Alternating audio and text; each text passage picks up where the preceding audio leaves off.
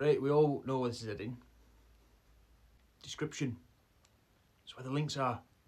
If you want to donate, go down there. It's for a good cause. Anyways, let's do it. Let's get on with the video.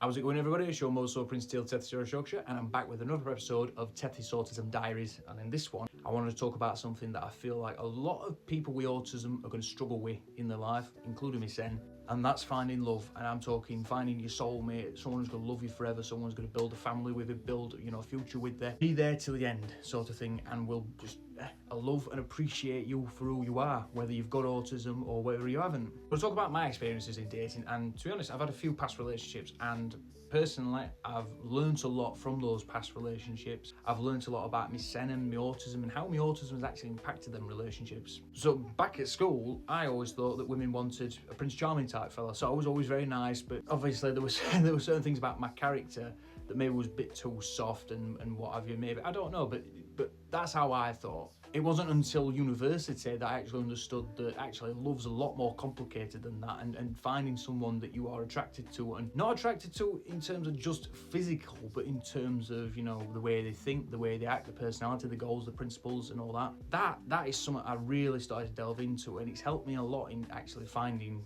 past, obviously being in these past relationships, but also learned about me sen and what I want out of a relationship, because I don't know if you can tell, but I'm single right now. but a lot of these relationships have helped me understand my autism a lot better, particularly with communication, how to communicate to my partner and how to best navigate the relationship with my autism, and understand that they have to understand that my brain is going to think differently to theirs. It's going to process things differently, like emotions and feelings, and how to communicate certain things differently. But it's also helped me understand that even though I've got autism, I have got to adapt to a certain way to understand my complexities in this relationship, my role in the relationship, and also my partner's thoughts, feelings, and her role in the relationship as well. So that's the good thing about being in a relationship with autism. Now, in terms of finding love, I've tried dating apps numerous times. I honestly, I must have tried dating apps. We're talking nearly 100 times probably, and that's I'm being genuine, and that's not something I'm actually embarrassed about, because I understand that because of my autism, the way I try to present myself on these dating apps, and maybe the way even I communicate to myself, it might not be attractive to women, and that's fair enough. Maybe that's something I've actually got to look at more and understand more, to sort of be a better communicator and be more attractive, I guess. But unfortunately, because maybe the way my brain processes things and the way I've sort of talked to these women, particularly maybe about my own interests, or maybe talking too much about what I like, or even just no idea. But I have been ghosted and unmatched so many times, and trust me, if you've got autism and you're going through these dating apps and you're finding that same experience, it's going to happen a lot. It's unfortunate, but it's going to happen a lot. What you've got to learn is that this is just part of the dating game. Being part of the dating game longer and putting more effort into sort of improving your sen, and also improving what you'd like to see from a partner, that's going to help you find the one. So don't lose hope. Trust me, I have been ghosted so many times. Honestly, it must be up in the double figures. It must be close to maybe about 50, 60 times. It happens. It happens so many times to me, and honestly, I've not lost faith. So don't lose faith. Honestly, that's a piece of advice I want to get to you. Don't lose faith. Don't lose faith, because you will find that one person who will love and appreciate you for you.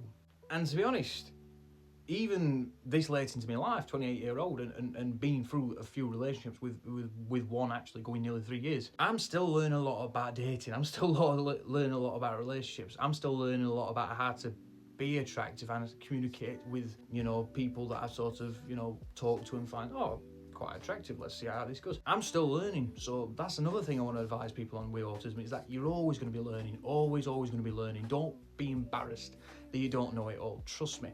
People, like I'm using a bit of a term that gets thrown around quite loosely around here. Neurotypical people, so people who don't have autism, they still find it hard.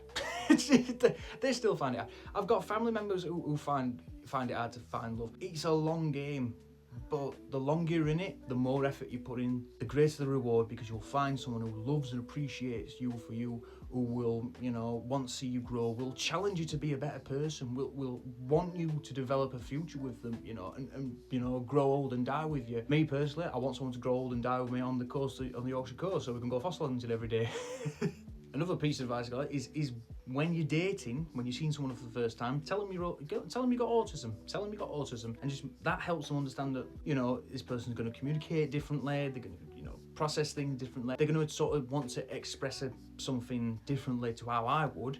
I maybe have to do a little bit of work to understand that, but at the same time, if you're telling someone you're, you know, starting dating with, understand that maybe you've also got to do a bit of work to try and help get those processes in place. And maybe if you're trying to communicate something to them, like either verbally, emotionally, or like physically, you might have to do a bit more work to help them understand more. So I might say something and then think, oh, actually, listen, let me break it down. This is what I mean by what I've said, and understand it's come from this and this place, and it's not meant to mean this, this, and this. You know, this is the thing, you've sort of got to adapt to your partner as well as your partner adapting to you. You've both got to do some legwork. It's going to be stressful, it's going to be overwhelming, but understand that if you want to do this with your partner, if you really want to be with this person, you've got to do the work. I know for people with autism like Miss N, it was a struggle in some occasions in the relationships. I struggled how to communicate certain things to my partners, struggled how to process certain things, struggled how to understand certain things, but through communication and talking about these things with my partners, it helped a lot. But the thing is, you've got to understand that you've got to do the legwork as well as your partner. And again, like I've said before, particularly with autism in general, and this does apply to finding love and dating, don't accept your limits. If you think someone is too good for you or you're not in their league, try it. You know, match with this person, send them a message. If nothing happens, fair enough. But if a spark's there, just go with the flow. Go with the flow. Don't overthink it. Just be yourself. Be happy that this person wants to talk today, and hopefully something more comes out of it. If nothing more comes out of it, at least you've done it. At least you've gone beyond what you thought you were limited to, and you can see what you can have, and that is someone who sees you for you and loves you and appreciates you for who you are. And that's the beautiful thing about having autism and finding love, is that you think you've got these limits, but yeah, the person of your dreams sees you for you, appreciates you, loves you for what you are. And that is mega. That is amazing. And the sort of irony is that I'm saying this and I'm single. Anyways, if anybody feels like this advice helps them in any way, brilliant. If it's just one person that feels like that, that's fantastic to me. Anyways, hope you enjoyed this video. Hope you're having a lovely day. I'll see you later. Ta-da.